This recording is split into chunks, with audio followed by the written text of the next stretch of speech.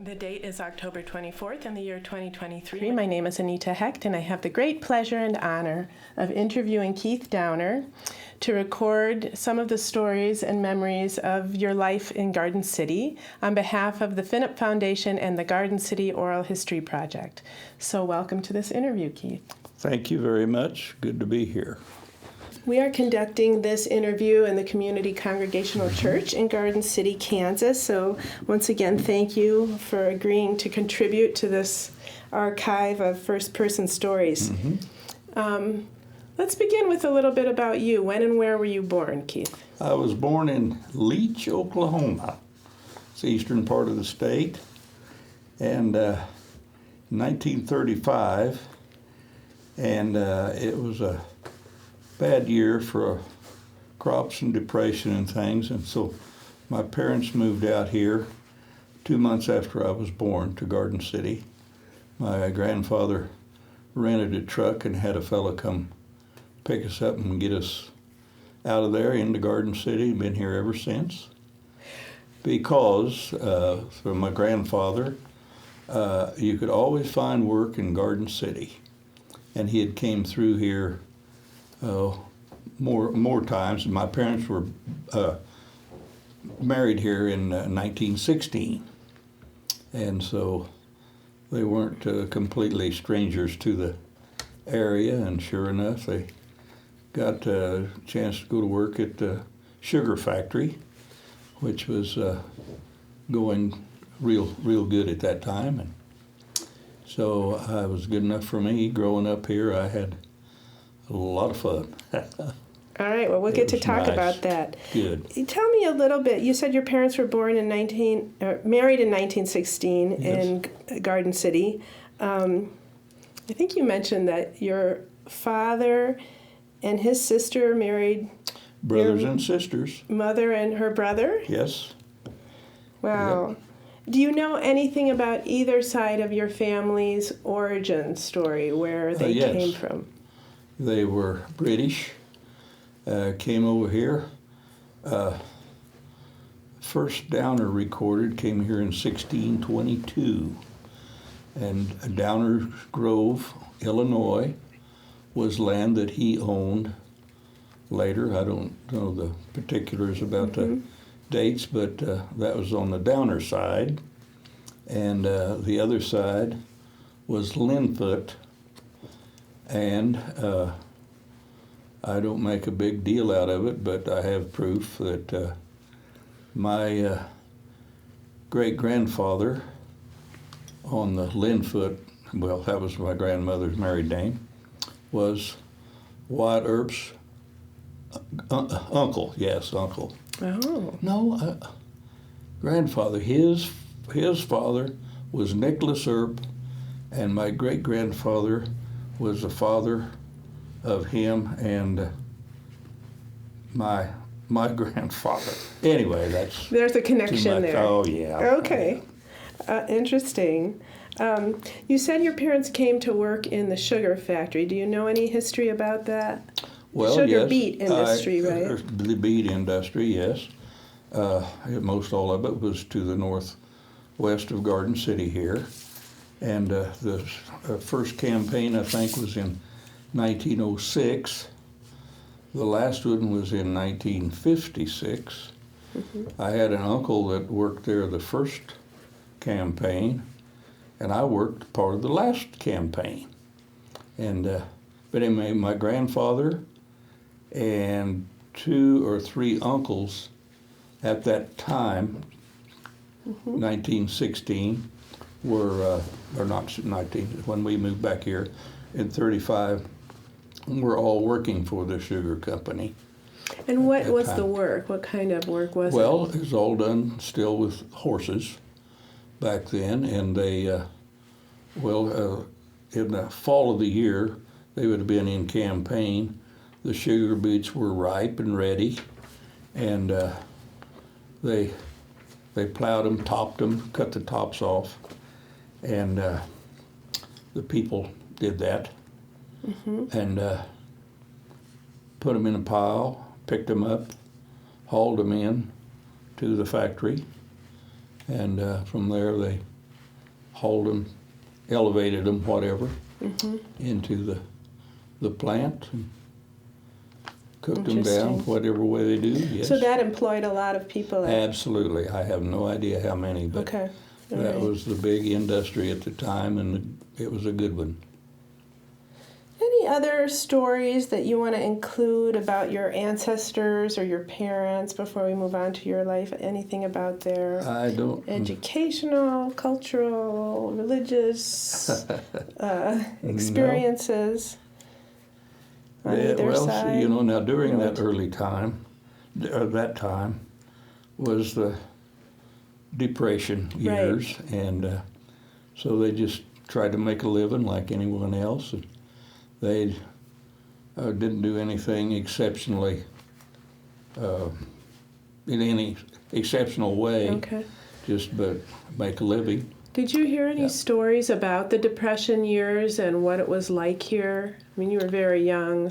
Well, now I'll tell you, this area was good at that time as far as you didn't hear any starvation stories or anything that bad. There again, there was always work, and there were things that everyone could actually find in the way of work to do, and just a very good time, a good area to be in at that time. But very dry, wasn't it? There was some. They had the dry times was in the dirty 30s, yes, but the sugar beet thing they had irrigation for there, but Okay. yes, as far as the drought in the way of dust and dirt, dust in the air. I remember even as a young lad remembering looking out and the big dirt clouds coming in, blowing over. But I think we were in the same, I say we, we're in the same boat as anyone else as far as any extra money to spend for. It wasn't a thing then that, like nowadays. Yeah. So, Keith, what did your parents do other than working in the sugar beet Well, fields? my mother never worked out. Okay. She had family, of course, to take care of. I had a sister and two other brothers, all older. And my dad was usually farm work. He worked a while with the WPA and done some work on building the present swimming pool, which, you know, was known at one time as the world's largest free concrete swimming pool. And that was in the latter 30s and early 40s. So that was a WPA project? I don't know, is it, well, it must be because, yeah, Okay. they had some WPA workers out, and that was just one of the things that I remember Okay. that him doing. He worked as a carpenter, and there was always carpenter work to do in the country. And there again, as far as work, but my mother, she worked as, helped my grandmother. Both worked for the doctors if they needed help, like midwifing. My grandmother, she was just lived across the street from a doctor. He would walk over and ask if she could go with him. And back then, they made country calls, and he would go if a lady was having a baby in the country, and after it was delivered, and she would stay and spend the rest of the night to make sure everything continued going right, and the help or the family, of course, needed to still be fed. She would prepare meals and Got do it. what she could along that line. That was something that I thought was really nice for a doctor to be able to do that. And then he'd come back the next morning, pick her up. Times have changed quite a whatever. bit. Yeah. Wow. But I thought that was really neat that she could do that. Tell me what your earliest memories are. You were born in 1935. Oh, Oh, when I was, I guess, 5 years old, the first, I remember the street lights coming on in the middle of the day because of a dirt storm that had coming through town. I don't know why that's so vivid. I think that when I was 5 years old and where I was in the back seat of a car and looking out and seeing that happen was really something I never forgot about.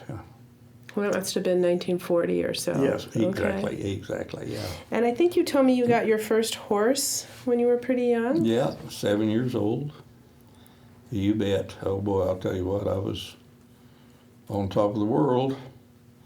Yeah, and I was never completely without one. I didn't always own myself, but I had one to ride at all times ever since then. Yeah. Now, did you keep it outside of town? Where did you keep the horse? Our house at that time was right here in town where Alder Brown School is right now. We were the last house on the north side of the street going east on Laurel Street.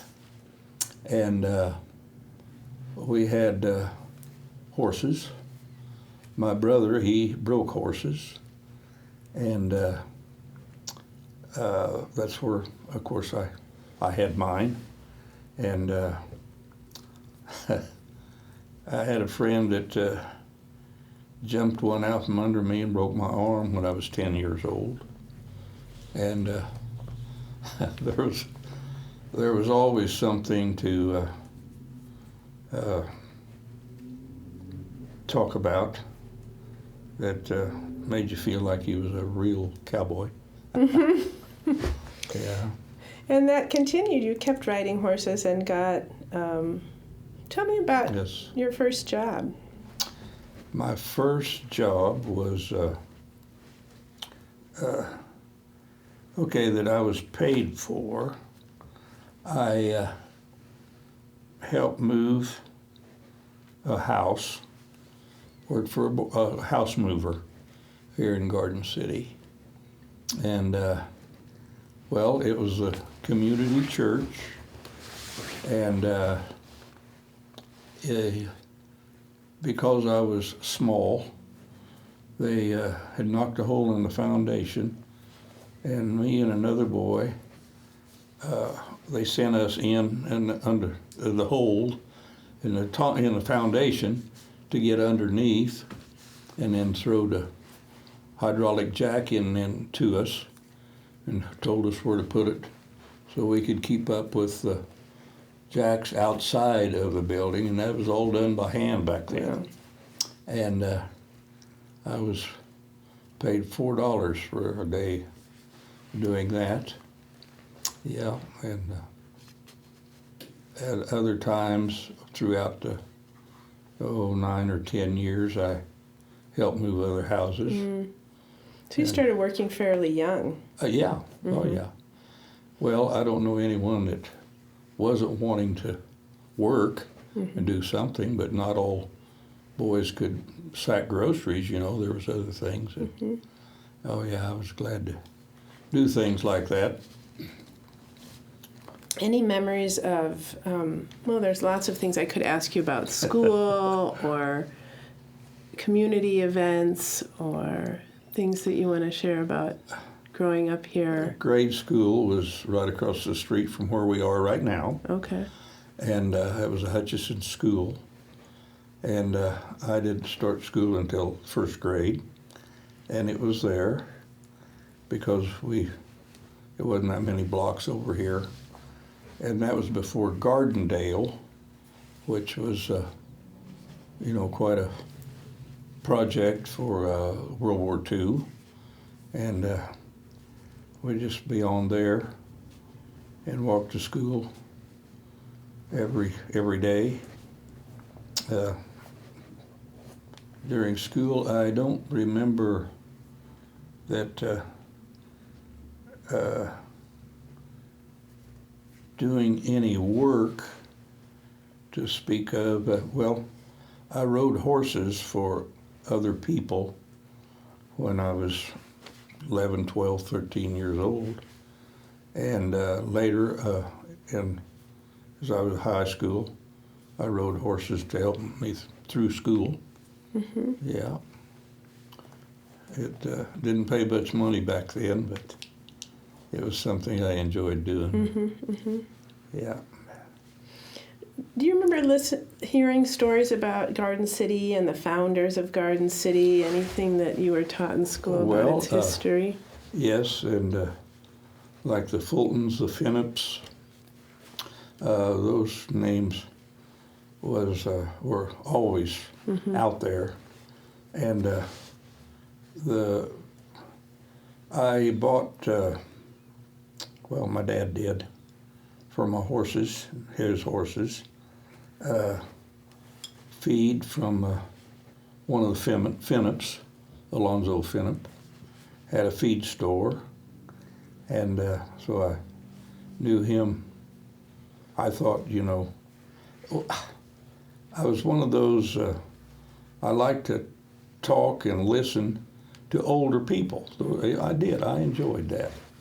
And I would just follow them around if they would talk until they would probably get tired of me. But anyway, I can remember the stories that some of them people would tell.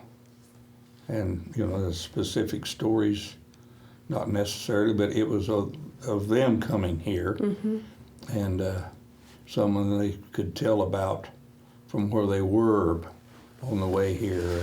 And stuff. It was really interesting to me. Well, I can just imagine you. You bet. Oh, I boy. loved those stories.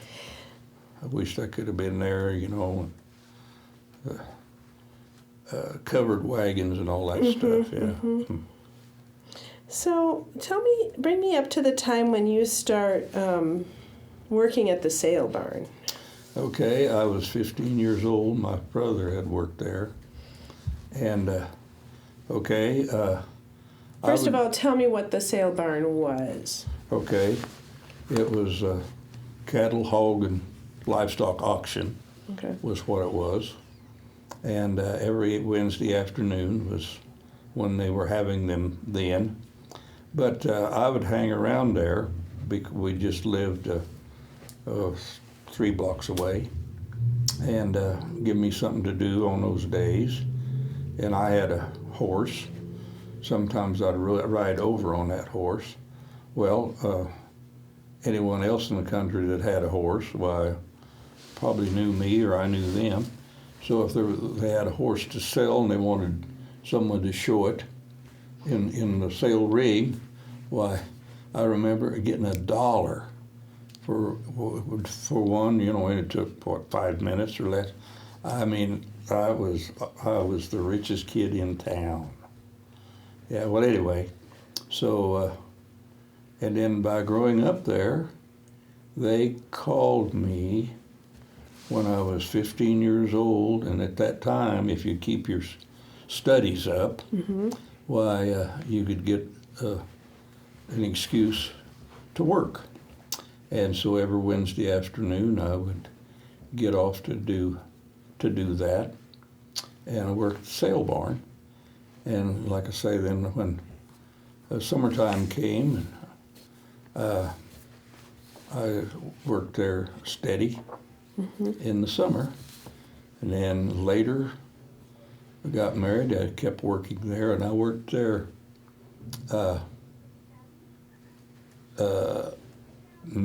6 times in 9 years.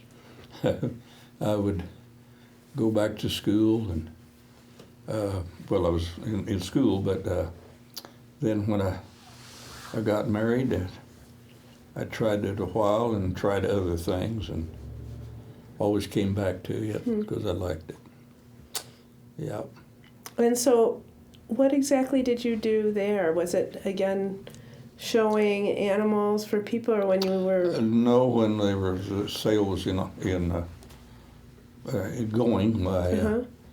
I helped sort the cattle and push them, drive them to the sale ring, and then pen them back after they were sold to the pens and remember where they were, and that was my biggest job on sale day, was to pen back the cattle and make sure that I got them, the person opening the pens before the gate. Well, I was That's making your sure title? that was done. Your title was the back alley boss? No, it would have been, no, it wouldn't have been the back alley. It would have been the, I don't, this, as far as a, I thought that was... okay.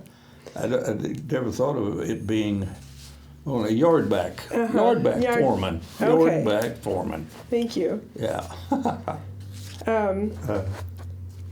So one thing I didn't ask you about was the war years. Do you have any memories of the World War II and what was going on in Garden City at the time?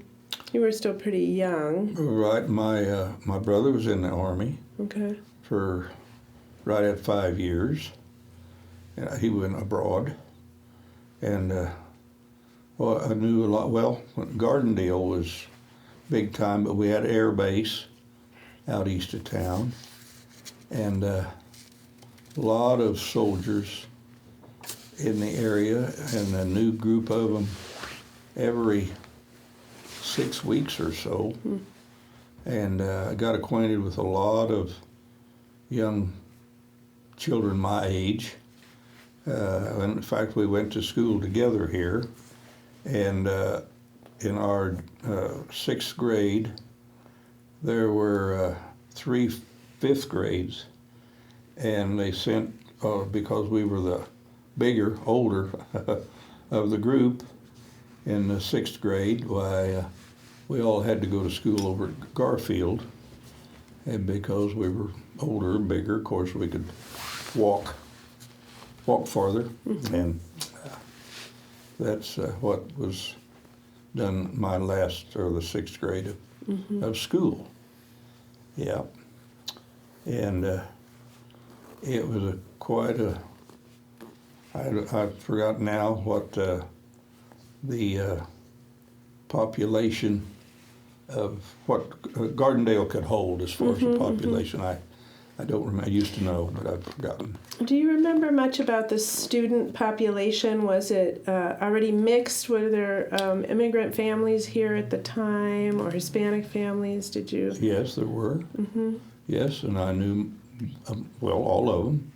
Grew up with them. Yep, and many of them are still around. They are.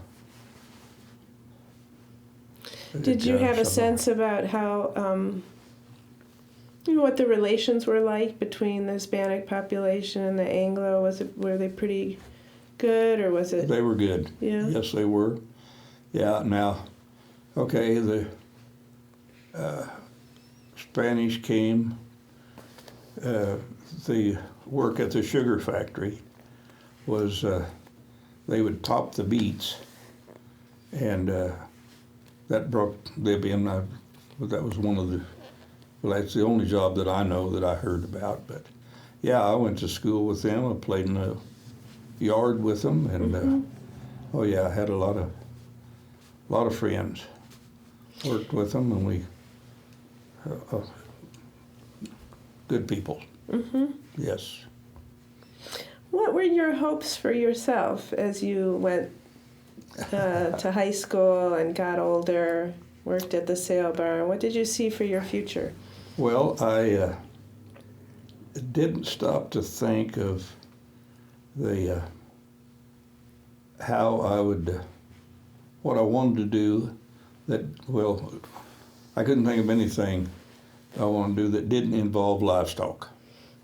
and I liked it, and so there again, I stayed with the livestock end in the sale barn and feeding cattle. I love to watch cattle eat, and so I got to work in feeding the cattle, and at the sale barn, I had an accident, and when I come out of it, I was still on crutches. Why, I started buying cattle, and I started soliciting cattle for our fat cattle auction. It was one day a week on Tuesdays, and the rest of it was on Fridays. But anyway, I enjoyed that, but not as much as feeding them, wanting to see them eat, like I say. That was just all part of it, to watch them get fat. Yep, so I did. Yeah, and made a life out of it, and there was no, that's where I have really been blessed with a job that I loved it as much on the last day as more so than the first day. Wow. I don't know, I could have just stayed there and stayed after it or watch it until I died. Yeah. So you stayed, just so I get the timeline, you stayed at the sale barn till 65? Yeah, 66. And then you went to Brookover. Feed and yard. So Yes. how did you meet Earl Brookover? What Well, he was prompted part the owner. move? He was part owner of the sale barn. Got it.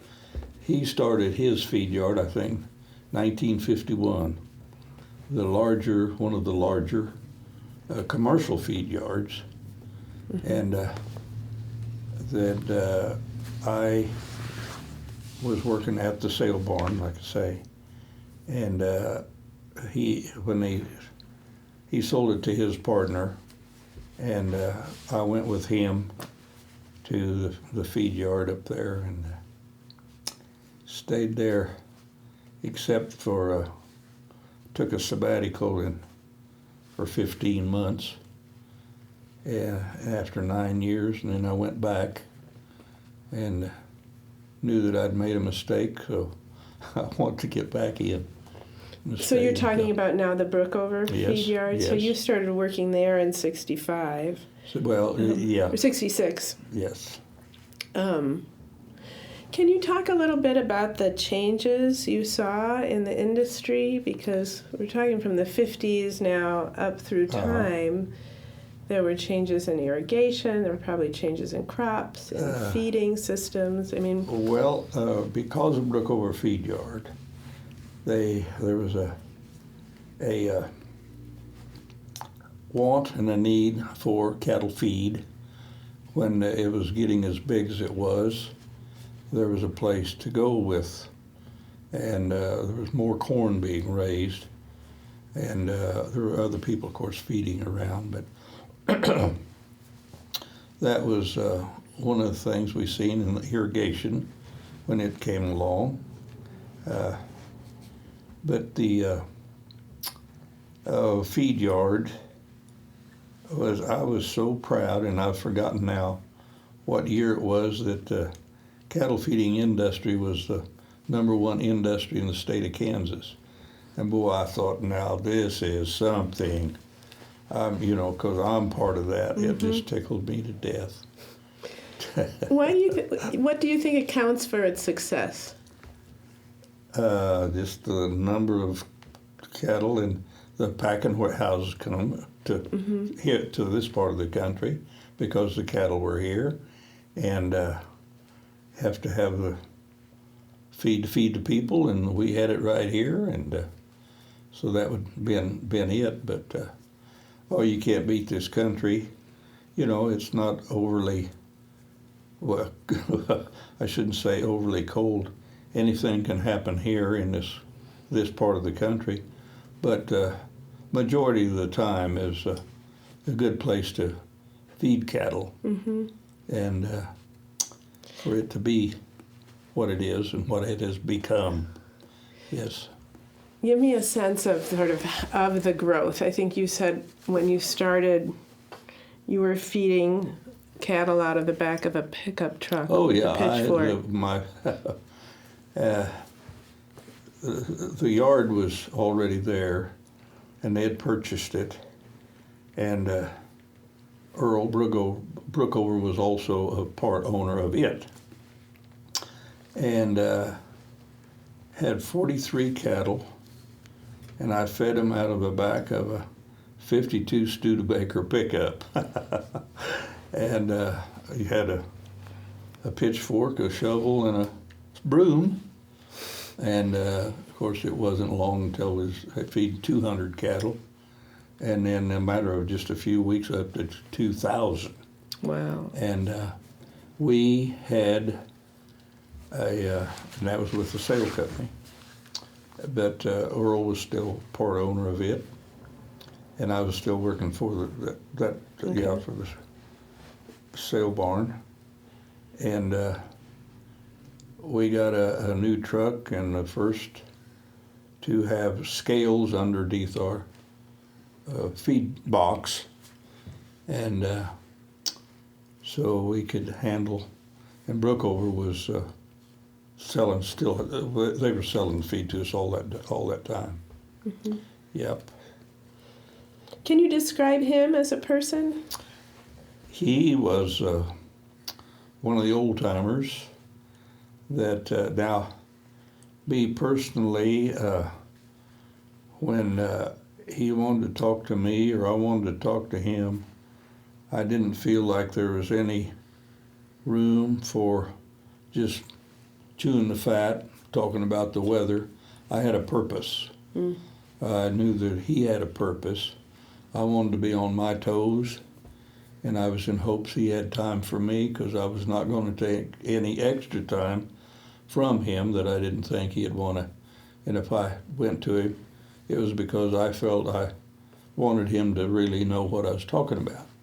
And it was, very few times.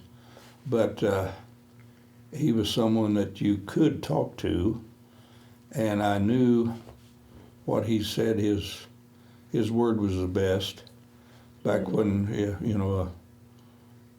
a handshake was as good as a contract. Things like that. Yeah, he was very good man, very quiet. Like I say, I was never around just to chew the fat. No, I had a reason, or he had a reason, and I left him alone. But you stayed with Brookover Feed Yard for 25 years? Yep. Yeah. Any other major changes you saw that it grew exponentially? It grew, yes it did, and they added feed yards over to the west of there, across the top of that was started by other people, and they just, bought the pens and started filling them, and then they grew that, and then he bought the ranch out south and put a feed yard out there. Yep. And where did you stay? Did you move between all of them, or did Nope. you have responsibility for one? I was 1 year out at the ranch, assistant manager, Okay. and the rest of the time I was up at the north yard. And did your work change over the years, or did you pretty much do the same? It was the same, yeah. I was a cattle foreman, head cowboy, had 4 or 5 men under me, had 26 horses, Wow. and we kept them shod and ready. Every man had 4 head. They had 2 turned out and 2 up. We changed the horses and put new shoes on them every 5 weeks, and treated them old horses good, and we had some that lasted 10 years or better.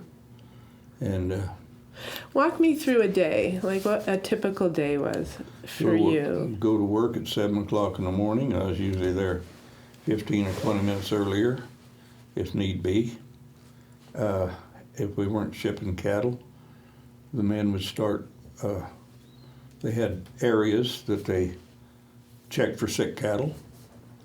And if we were shipping cattle, that was always first thing, first on the list.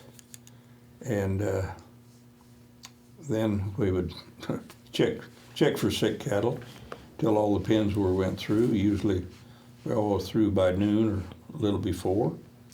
And if there were cattle to be processed, we had a processing crew that give them what they need in the way of shots and prepare them for staying and being feeding. Mm-hmm. And then at the afternoon, if whatever, we would move cattle, like I say, into processing, or so a lot of times we would still be checking for sick cattle, or taking cattle back that had been treated and gotten well. Mm-hmm. We would take those back. That was usually done every afternoon. So they get them back on feed in their right pens, and that was like I say, mm-hmm. typical. And you always had weather to contend with that could change things. Yeah. Any particular memories of a bad weather moment? Yes. We had cattle not at the feed yard up here. Well, I say not. We had a tornado in '67, and we had 2 or 3 pens get together, but nothing serious. Didn't mm-hmm. lose any cattle over mm-hmm. that. And we had some cattle turned out. I think that was, one of them was '87, 2 weekends back to back. Snow came and cattle drifted out of the pen, out of the pastures, and no more got them back, and it hit again. And then the next weekend I was in Sanibel Island, Florida, on the beach. Uh-huh. But you needed a break. Yeah. Uh-huh. We've had some storms, or bad snows, and not up there. We didn't have the problems as far as death loss that some of the other yards had. Okay. '99 was a bad year for some of the other feed yards. Okay. That lost a lot of cattle. You moved, however, jobs from the feed yards to Eli Lilly, correct? It wasn't a move. I was retired from Brookover. Okay. And Eli Lilly. Tell me a little bit before we get there.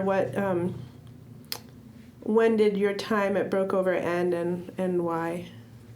Let's see. When was that? I think 90, something like that. It was 90. Mm-hmm. Yeah, it was 90, and they.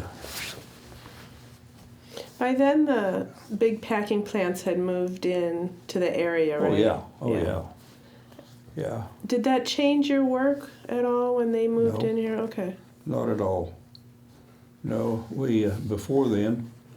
Well, I guess the only change, we shipped on different days. Okay. We used to ship a lot of cattle, weigh them on Sunday, so they would get to Pueblo, Omaha, Wichita, Kansas City for Monday's kill. Mm. We would weigh them on Sunday, but that all stopped when we had the feed yards around here. The packing plants. They would get them, packing house. But no, that as far as when I left, they were not making moves, I guess, anything serious. But you had younger people coming on, mm-hmm. and so I wasn't wanting to try anything different.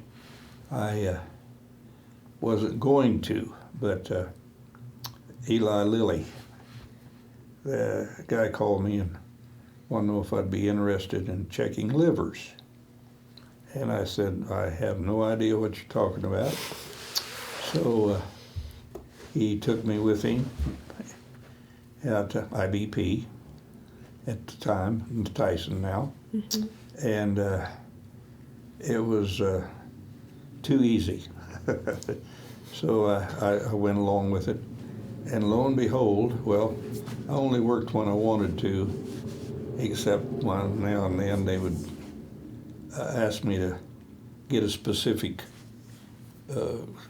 bunch of cattle for a certain feed yard because they were following up.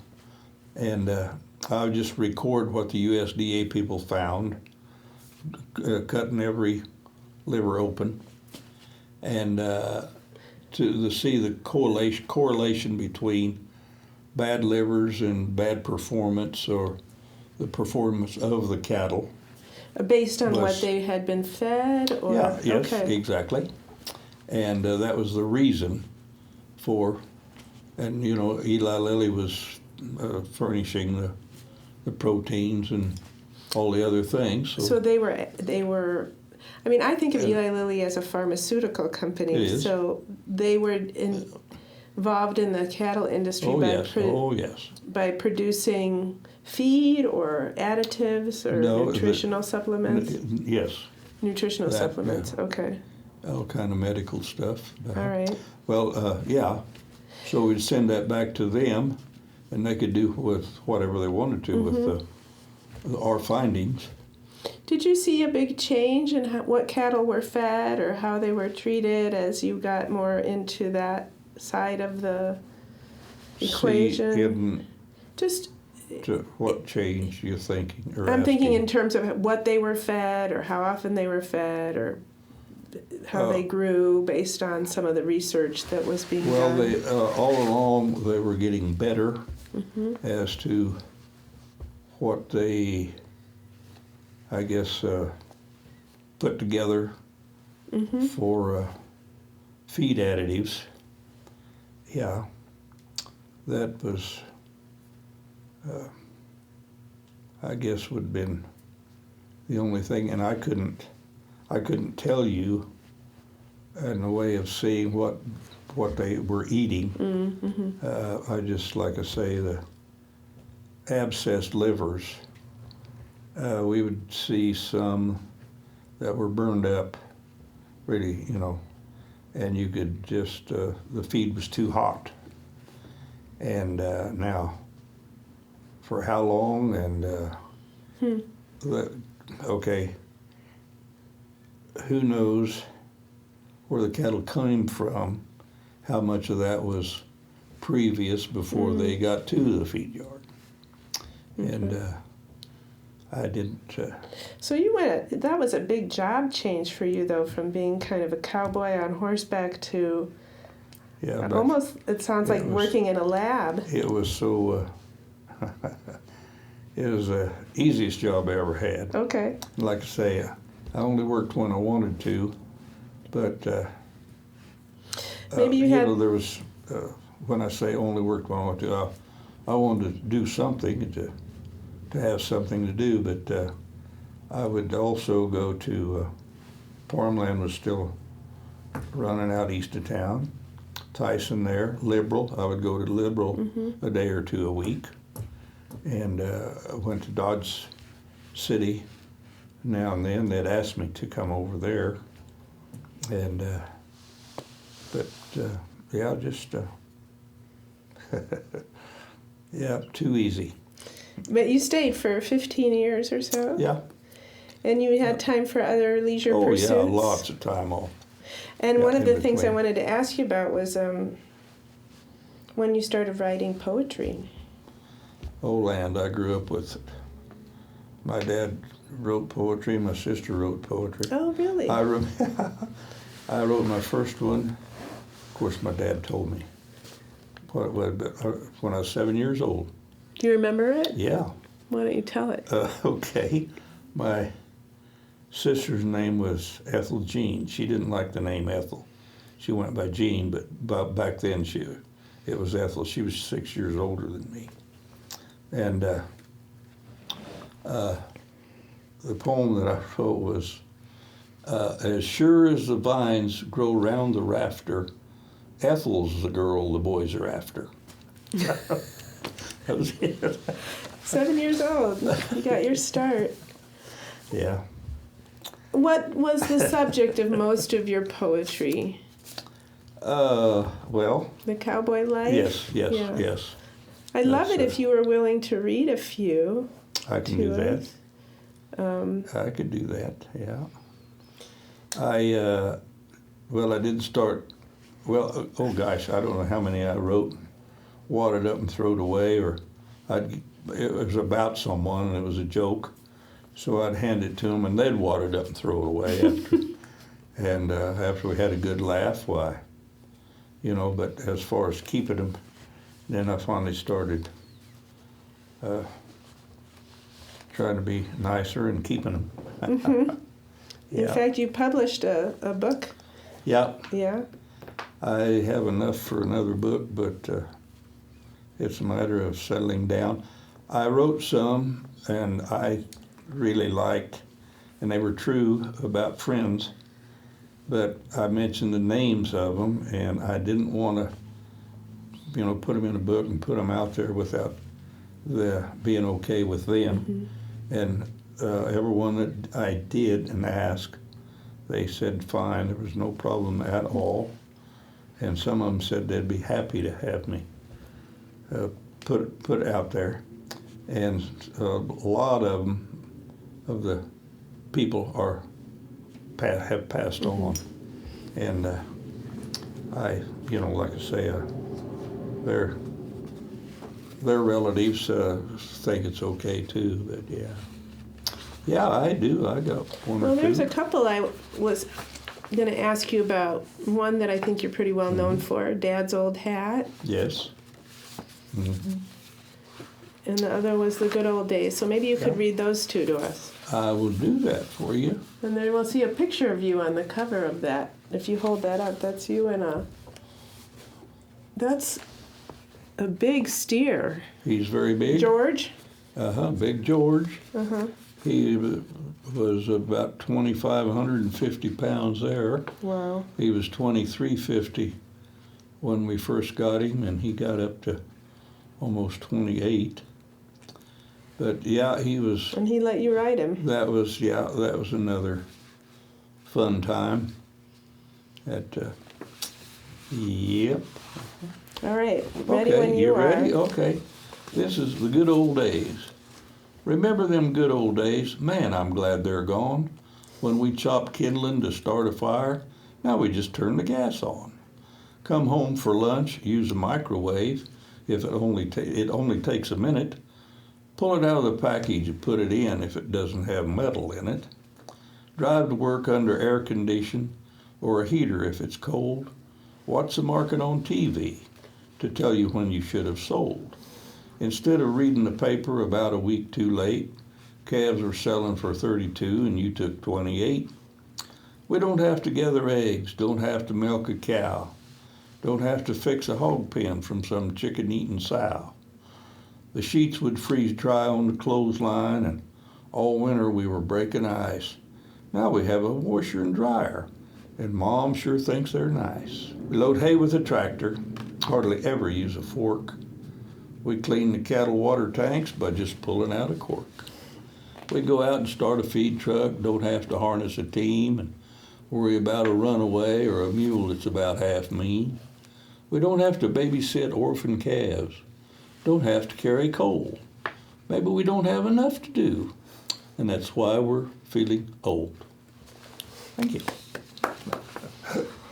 That's so true. Yeah. So the good old days were hard days, but also kept you busy and active. Yeah, exactly. It kept us busy, and there's nothing wrong with that. Nothing wrong with that. Do you think a cowboy's life like you had is still possible today? Oh, I think so. Yeah? Yeah, I do. And when I say that, I'm thinking in the way of, every day a horseback would be because you want to. I think that's the best way to go through cattle, ride through them, looking for sick ones. I still think that's a good way. And some people, they walk the pens of their cattle, which, isn't, pens aren't large, maybe, and I just, I don't want to do that much walking. If I can get a horse to haul me. Yeah. What's the next one you have up?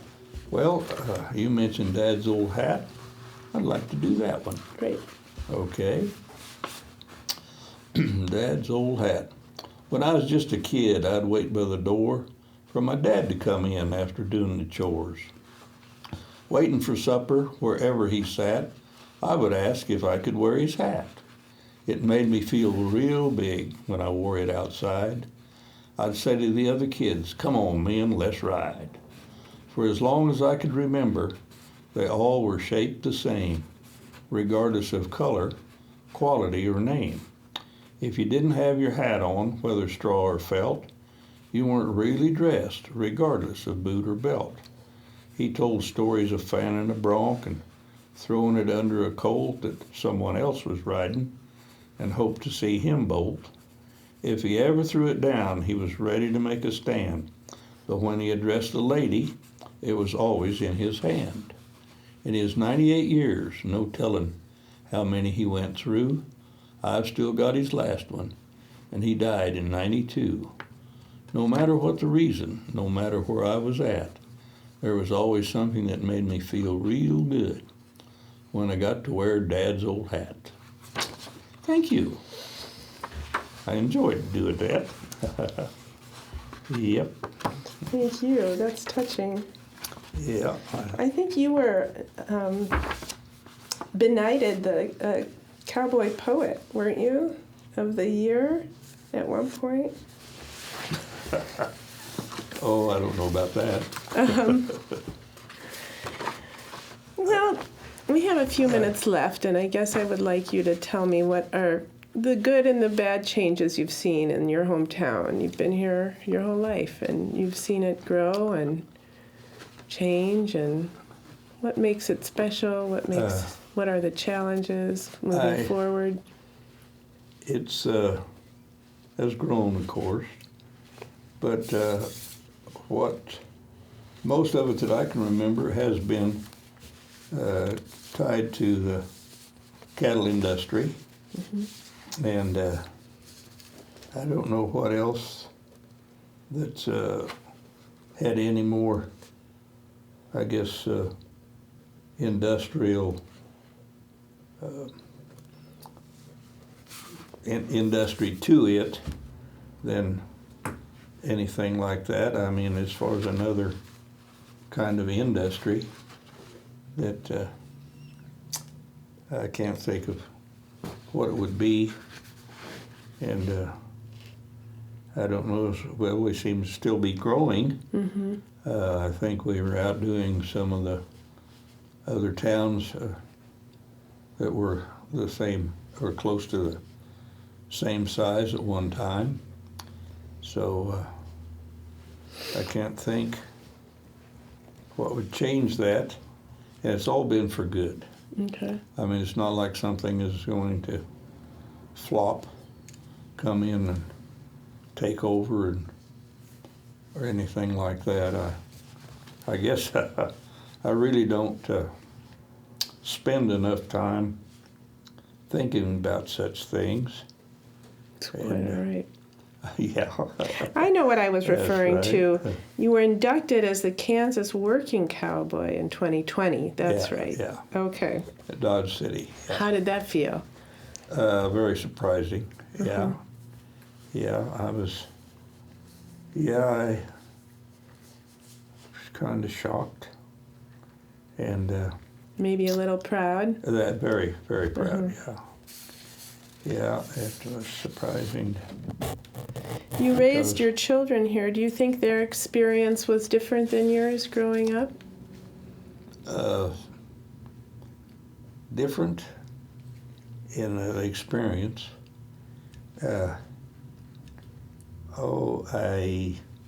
Well, they didn't get into the livestock, which was fine. I wasn't pushing them, so they would.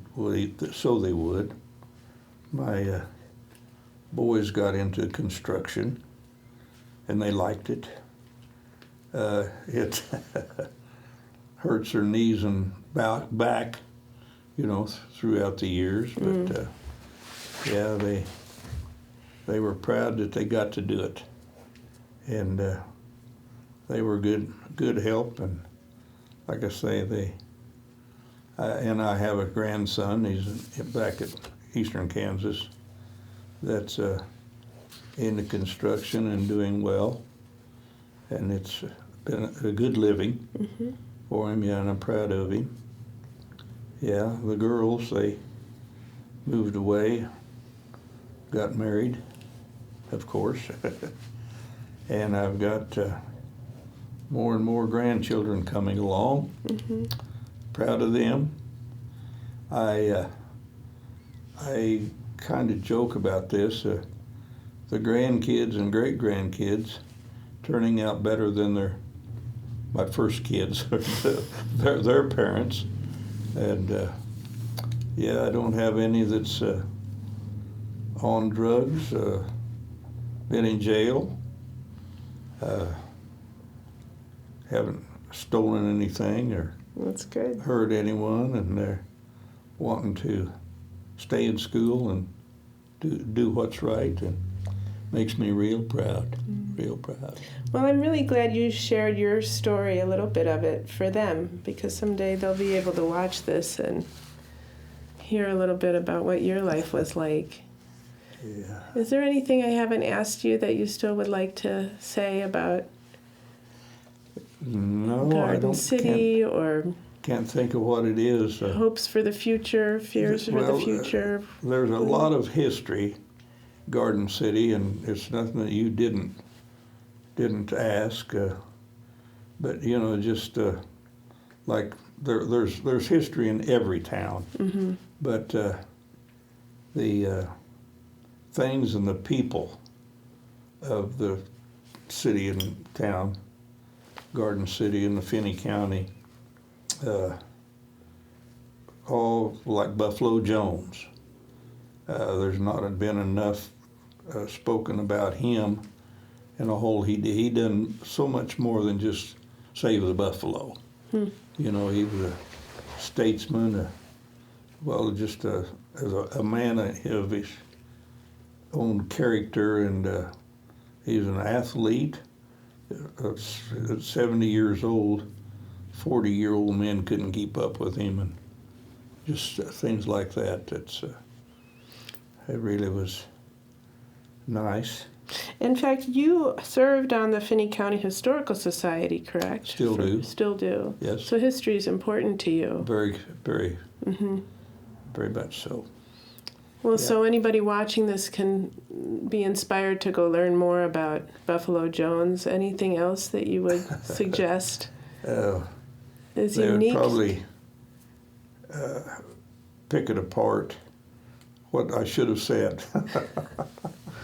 It's hard to fit everything into an hour, but I think you've done a great job. Yeah. Thank you for letting me interview you. Oh, sure. Thank you. Thank you. I wish I could come up with something more interesting or something. Well, I found it quite fascinating because it's not every day I get to meet a real-life cowboy. I didn't want to get into the bad things. Like I had a terrible wreck, horse wreck. Oh, you did? Oh yeah, and I was flat on my back for 47 days, and I didn't think you wanted to hear all that. Did you break a bone in your back? Broke 3. Wow. I broke my femur, and both tibia and fibula, stuck them out through my boot into the dirt. They were afraid of gangrene, possible, and so, and I broke my femur here. It was broke in a spiral, so they put a pin here and put it up over a bed, and that's why I was flat on my back.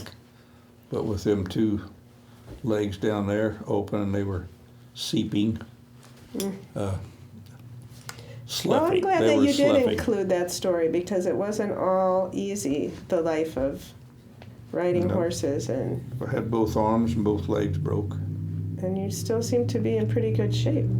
for the shape I'm in. For the shape you're in, you're in pretty good shape. Alrighty. Well, I appreciate. thank you so much, appreciate sir. the time I appreciate that I your got to time. spend. I wish that I could have You did great. make something bigger, better for you. Oh, this was Be happy to perfect. help. Be I happy did to want help. one last question. I wanted you to describe this symbol that you had. That's my brand. Tell me about your brand. My brand. It's a Mule Shoe X.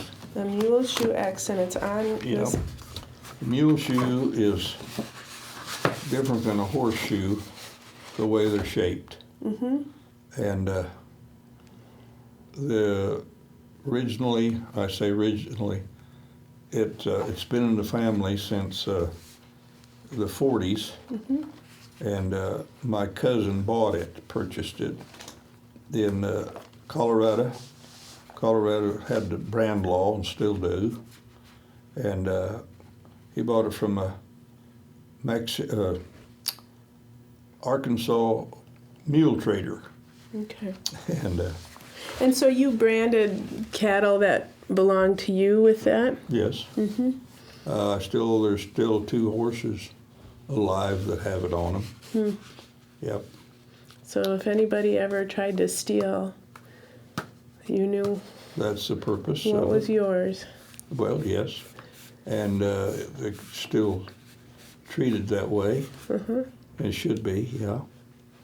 It's registered in Colorado, Kansas, and Texas. Okay. My cousins, it was their father that purchased it, and one of them's in Colorado and one's in Texas.